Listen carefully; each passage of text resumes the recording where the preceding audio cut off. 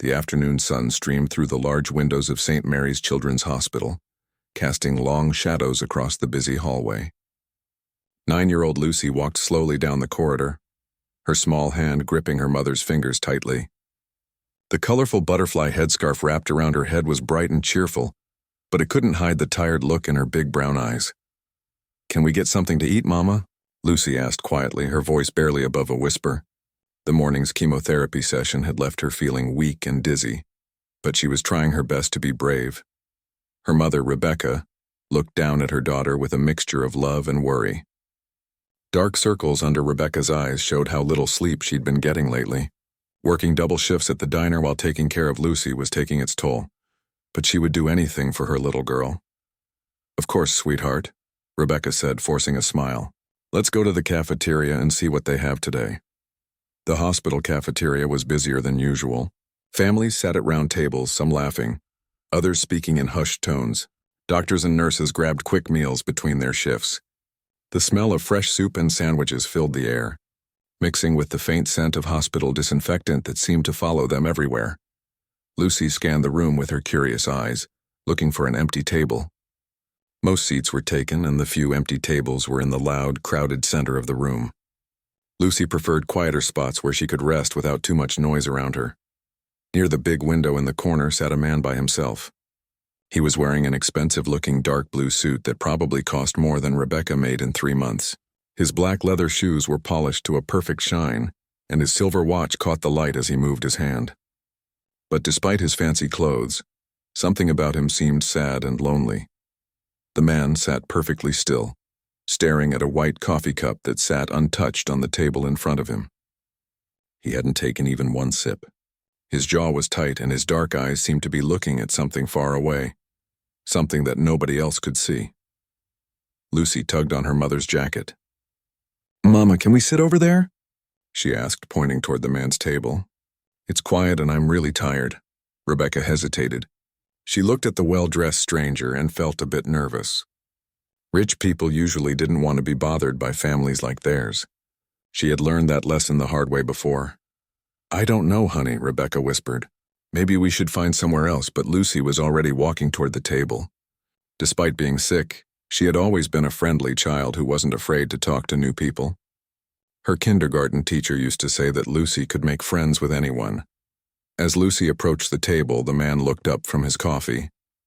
Up close, she could see that his eyes were red around the edges, like he had been crying or hadn't slept in days.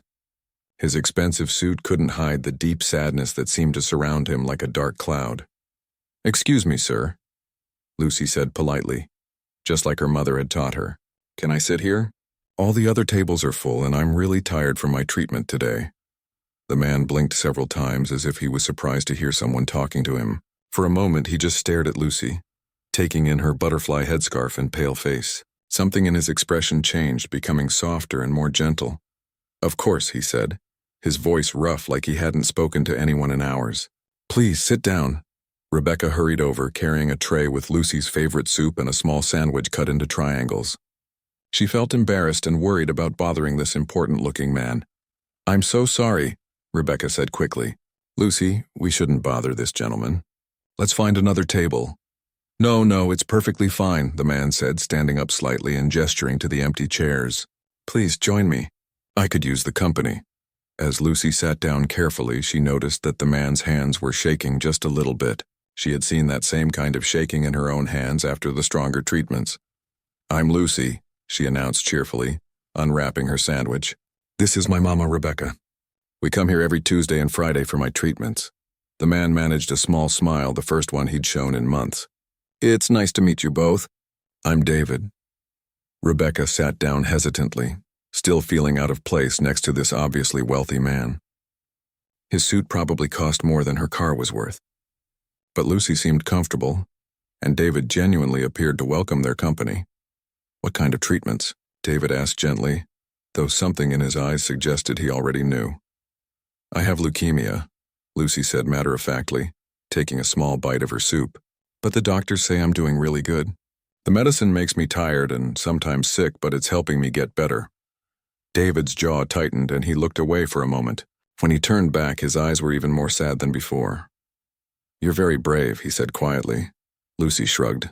Mama says being brave doesn't mean you're not scared. It means you keep going even when you are scared. Rebecca watched the conversation with growing curiosity. There was something about this man that seemed familiar, though she was sure they had never met before.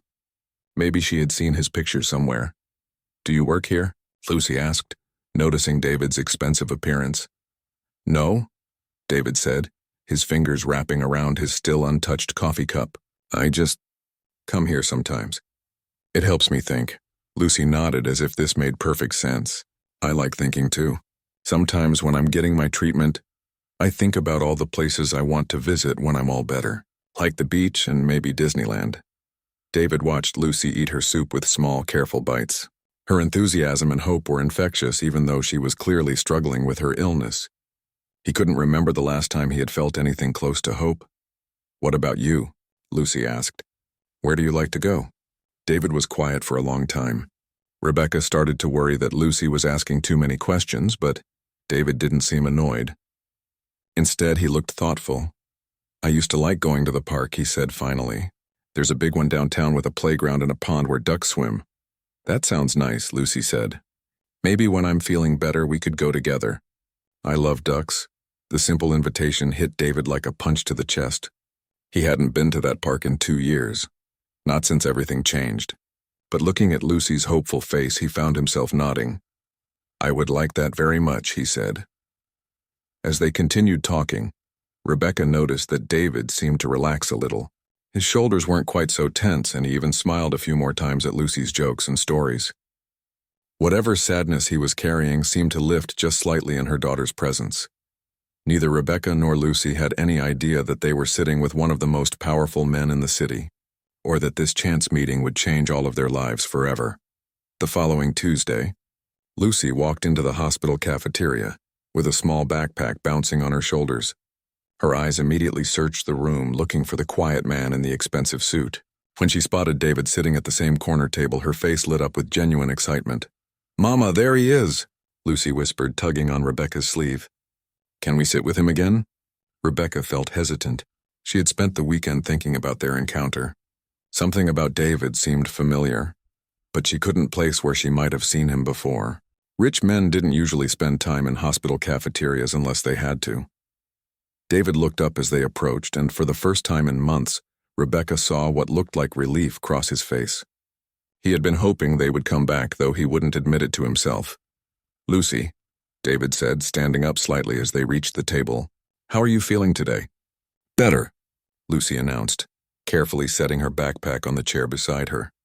My white blood cell count went up a little bit. The doctors were really happy about it. Rebecca couldn't help but smile at her daughter's enthusiasm. Lucy had memorized every medical term the doctors used and took pride in understanding her own treatment. It was her way of feeling in control when everything else felt scary and uncertain. That's wonderful news, David said, and he genuinely meant it. He found himself caring about this little girl's progress in a way that surprised him. Lucy unzipped her backpack and pulled out a worn sketch pad with a bright green cover. I brought something to show you, she said proudly. I've been drawing a lot since my last treatment. The nurses say it helps keep my mind busy. She opened the sketch pad carefully, like she was revealing a precious treasure. The first page showed a colorful drawing of butterflies flying around flowers. Lucy had used every crayon in her box, creating a rainbow of colors that seemed to dance across the page. These are beautiful, David said, leaning closer to get a better look. His voice was soft with amazement. You're quite an artist. Lucy beamed with pride. This one is my favorite, she said, turning to another page. The drawing showed a little girl with a colorful headscarf sitting next to a tall man in a dark suit. They were both smiling and sitting under a big tree. It's us from last week. David stared at the drawing for a long moment. In Lucy's picture, both figures looked happy and peaceful.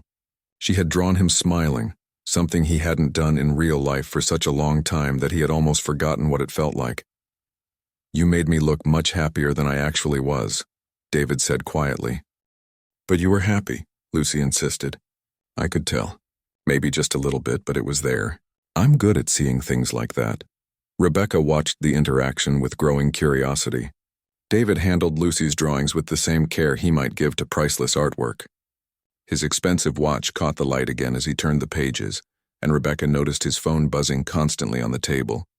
But David ignored every call and text, giving Lucy his complete attention. "What's this one?" David asked, pointing to a drawing of a large building with lots of windows. "That's my dream hospital," Lucy explained. "When I grow up, I want to build a hospital that's not scary. It would have gardens inside and places for kids to play, and every room would have big windows so patients could see the sky." David's throat felt tight. "That sounds like a wonderful place." "The doctors and nurses would all wear regular clothes instead of white coats," Lucy continued, getting more excited as she described her vision. "And there would be therapy dogs everywhere to make people feel better."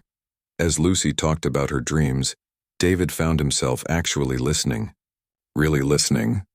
He hadn't paid attention to anyone's hopes and dreams in so long that he had forgotten how infectious enthusiasm could be. Rebecca noticed that David's phone was buzzing again. The caller ID showed board meeting urgent, but David simply turned the phone face down without even looking at it. "Don't you need to answer that?" Rebecca asked. "It seems important," David shook his head. "Nothing is more important than this right now." The way he said it made Rebecca's heart skip a beat. There was something about this man that didn't add up. His expensive clothes, the constant phone calls, the way he carried himself, it all suggested he was someone important. But here he was, spending his afternoon listening to a 9-year-old talk about her drawings. "Do you have kids?" Lucy asked suddenly, the question innocent but cutting straight to David's heart. David's face went very still. He was quiet for so long that Rebecca started to worry Lucy had asked something wrong. "I did," David said finally, his voice barely above a whisper. "A little girl about your age." Lucy sensed the sadness in his voice and reached across the table to pat his hand gently. "Did she get sick too?" David nodded, unable to speak. "I'm sorry," Lucy said simply. "That must make you very sad." "It does," David admitted. "Every single day." Lucy was quiet for a moment, thinking carefully about what to say next. "My mama says that people we love never really go away. They live in our hearts and in all the good memories we have of them." David looked at this wise little girl and felt something shift inside his chest. For the first time in 2 years, talking about his daughter didn't feel like drowning. "What was her name?" Lucy asked gently. "Her name was Olivia," David said. "She loved to draw too, just like you." Lucy's eyes widened with excitement. "Maybe she's watching us right now. Maybe she's happy that you found a new friend who likes to draw." David had to look away to keep his emotions in check. "Maybe she is." Rebecca watched this exchange with tears in her eyes. She could see the pain David was carrying, and she marveled at her daughter's natural ability to comfort others even while fighting her own battles. Lucy turned to a fresh page in her sketch pad and picked up a purple crayon. "I'm going to draw something special for Olivia," she announced. "So she knows that her daddy has friends who care about him." As Lucy began to draw, David's phone buzzed again. This time the message was from his assistant. "Sir, the shareholders' meeting was moved to 4 p.m. They're waiting for you." David looked at the message and then at Lucy, who was concentrating intently on her drawing. Without hesitation, he typed back, "Cancel all my meetings for today.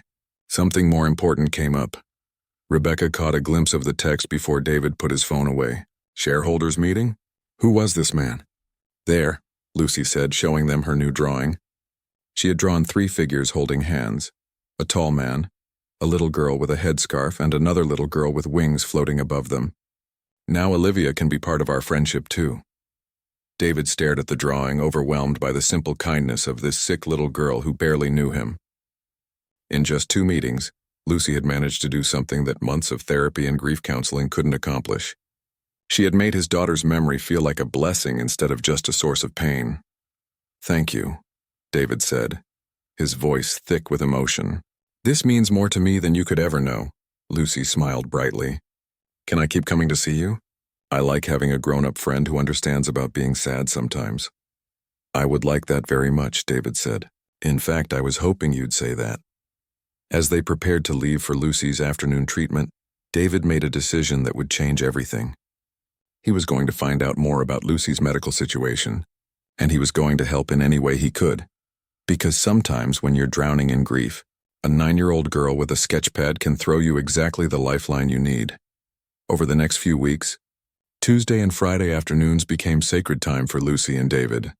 No matter what meetings or appointments tried to interfere, David always found himself at that corner table in the hospital cafeteria, waiting for Lucy's bright smile to light up his day. Rebecca had started to look forward to these visits too, though she still felt puzzled by their mysterious friend. David always dressed in expensive suits. His phone never stopped buzzing with what seemed like important calls, but he treated them like they were the most important people in his world. On this particular Friday, Lucy walked into the cafeteria more slowly than usual. The week had been harder than most. Her latest round of treatments had left her feeling weak and nauseous, and she had barely eaten anything in 2 days. "Hey there, kiddo," David said gently as Lucy slumped into her usual chair. He had started calling her that after their 3rd meeting, and it always made her smile. But today, even his warm greeting couldn't hide the exhaustion in her eyes. "Hi, David," Lucy said quietly, resting her head on her arms on the table. "I'm really tired today." Rebecca sat down with a worried expression. She had been up most of the night with Lucy, holding her hair back when the nausea got too bad and checking her temperature every hour. "Rough week?" David asked, though he could see the answer written all over both their faces. Lucy nodded without lifting her head. "The doctors say the treatment is working, but it doesn't feel like it.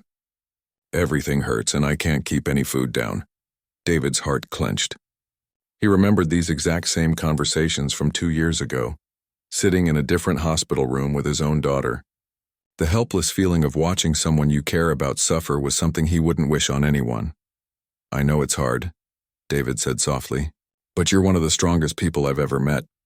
Lucy finally looked up at him. "Can I tell you a secret?" she whispered. "Of course." "Sometimes I'm really scared," Lucy admitted, her voice so quiet that David had to lean closer to hear her. "I try to be brave for Mama because she's already so worried about everything. But at night when I can't sleep because I feel sick, I get scared that maybe the medicine won't work." David felt tears burning behind his eyes. The honesty in Lucy's voice reminded him so much of Olivia during her final months. But where Olivia's illness had ended in heartbreak, Lucy still had hope, still had a chance. "Being scared doesn't make you any less brave," David said, reaching across the table to squeeze Lucy's small hand. "It just makes you human." Rebecca watched this interaction and felt her own fears bubbling to the surface. She had been holding everything together for months, but the stress was wearing her down. Working double shifts at the diner barely covered their basic expenses, and the medical bills kept growing larger every week. "Mama's scared too," Lucy said, glancing at her mother. "She thinks I don't notice, but I see her crying sometimes when she looks at all the bills from the hospital." Rebecca's face flushed with embarrassment. She hadn't realized Lucy had noticed her moments of weakness. "Oh, sweetheart," Rebecca said, reaching for Lucy's other hand. "You don't need to worry about the bills. That's my job." "But the lady at the front desk was mean to you yesterday," Lucy said. "She said we owe too much money and that they might have to stop my treatments if we can't pay." David's jaw tightened. He had been wondering about their financial situation but hadn't wanted to pry. Now hearing that Lucy might lose access to her treatments because of money made his blood boil. "What exactly did she say?" David asked, trying to keep his voice calm. Rebecca looked uncomfortable. "It's nothing we can't handle," she said quickly.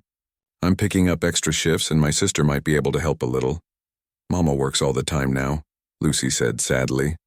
"She leaves for the diner before I wake up and doesn't come home until really late. Sometimes I don't see her all day except when we come here for treatments." David could see the exhaustion written all over Rebecca's face. Dark circles under her eyes had gotten worse each week. Her clothes, while clean, were clearly worn and mended multiple times. She was doing everything she could to save her daughter, but she was drowning. "How much do you owe?" David asked gently. Rebecca shook her head. "We can't ask you for money. You've already been so kind to us just by being Lucy's friend." "I'm not asking to give you money," David said carefully. "I'm just trying to understand the situation." Lucy looked between the two adults and sensed the tension. "Is it because we're poor?" she asked innocently. "Is that why the hospital lady was mean to Mama?" Rebecca's face crumpled. She had tried so hard to shield Lucy from the financial stress, but children notice everything. "Money doesn't matter, baby," Rebecca said, though her voice shook. "What matters is getting you better." David felt something breaking inside his chest. This family was going through hell, and he had the power to fix their problems with a single phone call. But he also knew that accepting help from strangers wasn't easy, especially for someone as proud as Rebecca clearly was. "Can I tell you both something?" David said quietly. Something I haven't told anyone in a very long time. Lucy lifted her head, curious despite her exhaustion. When my daughter Olivia was sick, I would have given anything, everything I owned, just to have more time with her, David began. Money, houses, cars, businesses. None of it mattered when she was lying in that hospital bed. Rebecca listened intently, sensing that David was about to share something deeply personal. But Olivia didn't just have leukemia. David continued, his voice getting quieter. She also had complications that made her treatments much harder. And then while we were dealing with all of that, my wife couldn't handle the stress. She started driving too fast, taking too many risks. One rainy night, she lost control of her car. Lucy gasped softly. She died? David nodded. 6 months after Olivia passed away, so I lost both my girls within the same year. The cafeteria noise seemed to fade around their table. Rebecca reached across to touch David's arm, her own problems temporarily forgotten in the face of his immense loss. I'm so sorry, Rebecca whispered. I can't imagine. The point is, David said, looking directly at Lucy, you still have hope. You still have a chance to beat this thing, and your mama is fighting so hard for you just like I fought for Olivia. Lucy climbed out of her chair and walked around the table to hug David. Her small arms barely reached around his shoulders, but her hug was fierce and full of love. I wish I could have met Olivia, Lucy whispered. I think we would have been good friends. David hugged her back, feeling tears he had been holding back for months finally starting to fall. She would have loved you, he said. You have the same brave heart she had. When Lucy returned to her seat, David made a decision. He pulled out his business card and handed it to Rebecca. I want you to call this number on Monday morning, he said. Ask for my assistant, Catherine. Tell her that David Chen wants to discuss the Morrison account. Rebecca looked at the card and her eyes widened. The company name was printed in elegant letters. Chen Industries. She had heard that name before. Chen Industries was one of the biggest companies in the state. David, Rebecca said slowly. Who exactly are you? David smiled sadly. Someone who has more money than he knows what to do with. And a little girl who's teaching him how to use it for something good again. Lucy looked confused by the adult's conversation, but she could sense that something important was happening. Does this mean you can help us? She asked hopefully. If your mama will let me, David said. Yes, I think I can help you very much. For the first time in months, Rebecca felt a spark of real hope blooming in her chest. Monday morning came faster than Rebecca expected. She sat in her small kitchen, staring at David's business card while Lucy ate her breakfast cereal. The card felt heavy in her hands, like it carried the weight of possibilities she was afraid to hope for. Are you going to call the man, Mama? Lucy asked between spoonfuls of cereal. Her appetite had improved slightly over the weekend, which was always a good sign. I don't know, sweetheart, Rebecca admitted. I'm not sure it's right to accept help from someone we barely know. Lucy tilted her head, thinking carefully. But David isn't really a stranger anymore, is he? He's our friend, and friends help each other. Rebecca looked at her daughter's innocent face and felt her heart squeeze. Lucy had such a pure way of seeing the world, even after everything she'd been through. At exactly 9 o'clock, Rebecca dialed the number on the card. Her hands were shaking as she waited for someone to answer. Chen Industries, Catherine speaking. How may I help you? The voice was professional and warm. Hi, I'm Rebecca. David Chen told me to call about the Morrison account. Rebecca felt silly saying words she didn't understand. There was a brief pause. One moment, please, Rebecca. Mr. Chen is expecting your call. Before Rebecca could respond, she heard David's familiar voice on the line. Rebecca, thank you for calling. How is Lucy feeling today? A little better, Rebecca said, surprised by how relieved she felt to hear his voice. David, I have to ask you something. What exactly is the Morrison account? David chuckled softly. There is no Morrison account. It was just a code so Catherine would know to put you straight through to me. I wanted to make sure we could talk privately. Rebecca felt both embarrassed and touched that David had thought of everything. I've been thinking about our conversation on Friday, David continued, and I want to help Lucy get the best possible treatment. But I know you're proud and I respect that. So I have a proposal. Rebecca held her breath. What if I told you there was a research program for children with Lucy's condition? A program that covers all medical expenses and provides access to the top doctors in the country? I would say that sounds too good to be true, Rebecca replied honestly. Well, it's about to become very true. David said. I'm funding a new pediatric cancer research program, and Lucy would be our first patient. Everything would be covered: treatments, medications, hospital stays, everything. Rebecca felt tears starting to form. David, I can't let you do that. It's too much. Rebecca, listen to me, David said gently. I have more money than I could spend in 10 lifetimes. But until I met Lucy, I had no idea what to do with it. She's giving me a purpose I thought I'd lost forever. That afternoon, David arrived at the hospital earlier than usual. He had spent the morning making phone calls and pulling strings that most people didn't even know existed. By the time Rebecca and Lucy arrived for Lucy's treatment, everything had been arranged. David, Lucy called out when she saw him waiting by the elevator. You're here early today. I have some news, David said, trying to contain his excitement. Good news. They rode the elevator up to the oncology floor, where Dr. Martinez, Lucy's regular doctor, was waiting for them with a smile bigger than any Rebecca had ever seen from him. Lucy, Rebecca, Dr. Martinez said warmly, I have something wonderful to tell you. You've been selected for a very special treatment program. Lucy looked confused. What kind of program? The kind that's going to give you access to treatments we've never been able to offer before, Dr. Martinez explained. Starting tomorrow, you'll be working with Dr. Patricia Williams from Children's Research Hospital. She's one of the best pediatric oncologists in the world. Rebecca's legs felt weak. Doctor, I don't understand. We never applied for any program. Dr. Martinez glanced at David, who nodded slightly. Sometimes good things just happen, Rebecca.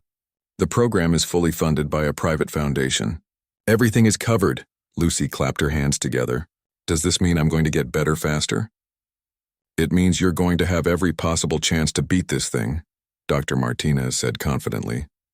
Over the next few hours, Rebecca watched in amazement as David quietly arranged details she couldn't have imagined. A private room was prepared for Lucy's longer treatment sessions.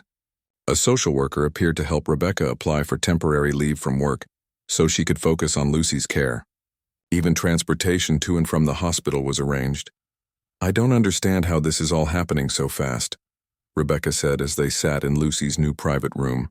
The space was bright and cheerful, with a big window overlooking a garden. David sat down beside her while Lucy explored all the new equipment with curious excitement. Rebecca, can I be completely honest with you? David asked. She nodded. When I lost Olivia and my wife, I stopped caring about anything. My business, my foundation work, my relationships with friends, everything felt meaningless. I was just going through the motions of living. David watched Lucy examining a machine that would help make her treatments more comfortable. But watching Lucy fight this battle with such courage and hope, it's reminded me what really matters. She's not just getting better medical care. She's saving me too. Rebecca felt tears streaming down her face. I was so suspicious of you at first. I thought maybe you were some kind of criminal or something. David laughed. I don't blame you. Rich men don't usually hang around hospital cafeterias for no reason. What changed? Rebecca asked. What made you want to help us? David was quiet for a moment, choosing his words carefully. Lucy drew that picture of Olivia with wings, remember? She said that maybe Olivia was watching over us, happy that I had found new friends. He pulled out his wallet and showed Rebecca a small, folded piece of paper. It was Lucy's drawing. I carry this with me everywhere now, David said. And for the first time since I lost my family, I feel like I have a reason to get up in the morning. Lucy came bouncing over to them, her energy renewed by all the excitement. David, this room is amazing. There's even a TV with movies, and the bed moves up and down by itself. I'm glad you like it, David said, smiling genuinely, because you're going to be spending a lot of time here getting strong again. Lucy hugged him tightly. Thank you for helping us. But you know what the best part is? What's that? Now I get to see you every day instead of just twice a week. David felt his heart swell. Over the past month, Lucy had become like a daughter to him. Not a replacement for Olivia. Nothing could ever do that. But a new kind of love that honored his daughter's memory by helping another little girl live. Actually, David said, I was thinking that maybe if it's okay with your mama, you both could come stay at my house while you're getting treatments. It's much closer to the hospital, and it has a big backyard where you could play when you're feeling up to it. Lucy's eyes grew wide. Really? A big backyard? Rebecca felt overwhelmed. David, we couldn't possibly— Rebecca, David said seriously. I have a 15-room house that's been empty for 2 years. Lucy would be doing me a favor by filling it with laughter again. Lucy looked hopefully at her mother. Please, Mama. It would be like having a sleepover every night. Rebecca looked at these two people who had somehow become the most important parts of her world. Lucy, her brave little fighter, and David, the broken man who was healing alongside her daughter. Okay, Rebecca said finally, but only if you promise to let us help with cooking and cleaning. I'm not used to being taken care of. David smiled wider than he had in years. Deal, but I have to warn you, I'm a terrible cook. Lucy giggled. Don't worry. Mama makes the best grilled cheese sandwiches in the whole world. For the first time since his family died, David felt like he was truly alive again. 6 months later, Lucy stood in David's enormous backyard, her hair finally growing back in soft brown curls. The butterfly headscarf was nowhere to be seen. Instead, she wore a bright yellow sundress and was chasing butterflies that danced around David's prize-winning rose garden. David, come see, Lucy called out, her voice strong and full of energy. There's a monarch butterfly on the white roses. David looked up from his laptop where he had been working on the patio. Even though Lucy was officially in remission, he still worked mostly from home, unwilling to miss any moment of watching her bloom back to life. That's beautiful. Kiddo, David said, walking over to where Lucy stood transfixed by the orange and black butterfly. You know, butterflies are a symbol of transformation. Lucy nodded seriously. Mrs. Patterson at school taught us that. She said butterflies start as caterpillars and then become something completely different and beautiful. Kind of like what happened to all of us, David said softly. It was true. The past 6 months had changed all their lives in ways none of them could have imagined. Lucy's treatments with Dr. Williams had been more successful than anyone dared hope. The advanced therapy, combined with her natural fighting spirit, had put her leukemia into complete remission. Rebecca came out of the house carrying a tray of lemonade, her face glowing with health and happiness. Living at David's house had allowed her to focus completely on Lucy's care without the stress of working multiple jobs. She had even started taking online college courses, something she had always dreamed of but never thought possible. The reporters will be here in an hour, Rebecca announced, setting the tray on the patio table. Are you sure you're ready for this, Lucy? Today was a special day. David was officially announcing the launch of the Olivia and Lucy Foundation for Pediatric Cancer Research at a press conference in his backyard. Lucy had insisted on being part of the announcement, wanting to tell other families that there was hope. I'm ready, Lucy said confidently. I want other kids to know that being scared is okay, but giving up isn't. David felt his throat tighten with pride. This little girl, who had walked into his life asking for a simple seat at a table, had become the inspiration for the biggest philanthropic project of his career. Over the past months, David had quietly reached out to other families fighting pediatric cancer. The foundation was already funding research at 3 major hospitals and providing financial support to dozens of families. But today's announcement would make it official and hopefully inspire others to contribute.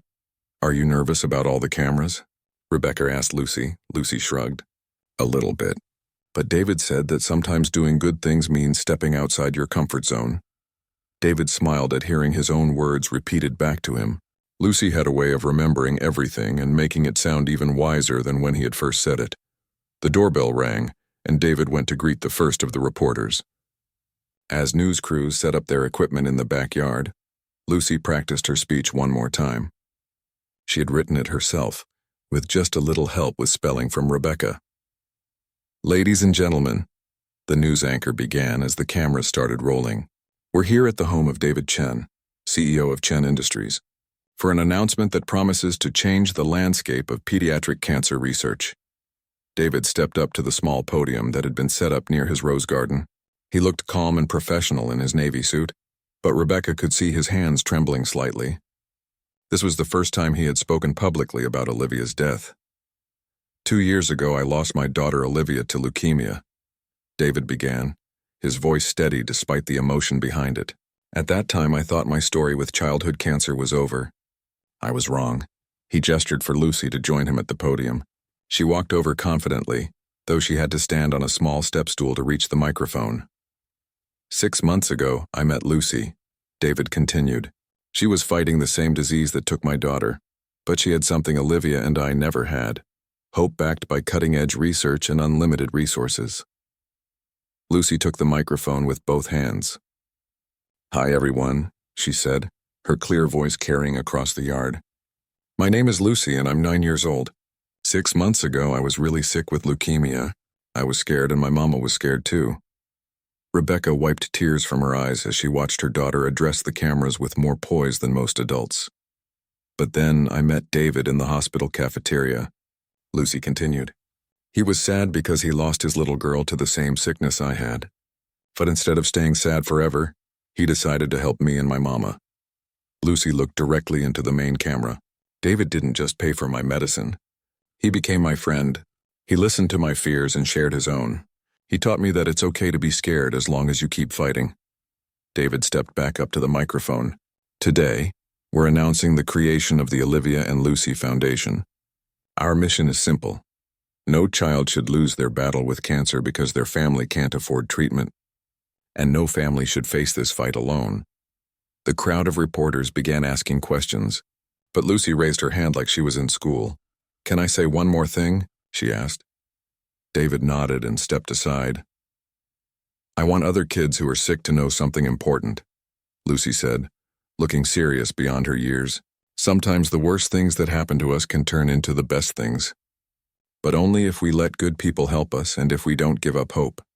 She paused and looked at David. "And I want to tell David something in front of everyone."